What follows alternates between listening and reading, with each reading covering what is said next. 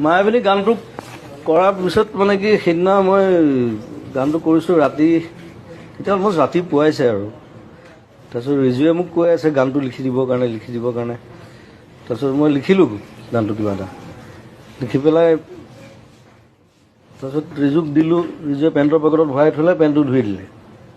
চিনেমাখনত দেখুৱাই হৈছে। তো 4 দিনমান পিছত ৰিজুৰ লগত আকৌ লগ হ'লোঁ। তাৰপিছত ৰিজুক ক'লোঁ বোলো এই গানটো ক'ত, সেইদিনা যে লিখি দিছিলোঁ। ৰিজুৱে ক'লে পেণ্টটো ধুই দিলে নহয়। ঘৰত খবৰ ল'লে, এতিয়া পেণ্টটো ধুই দিয়াৰ পিছততো সেইটো আৰু গান ক'ত হৈ থাকিব। ডাইলগ এটাও আছে, জুবিন গাৰ্গে খাই লিখিলে, ৰিজুৱে খাই ধুই দিলে। তাৰপিছত মই বোলো আকৌ লিখিব লাগিব আৰু এটা গান দুবাৰ লিখিবলৈ মই বিৰাট টান পাওঁ মানে, যেনেকৈ এখন পেইণ্টিং দুবাৰ আঁকিবলৈ দিগদাৰ হৈ যায়।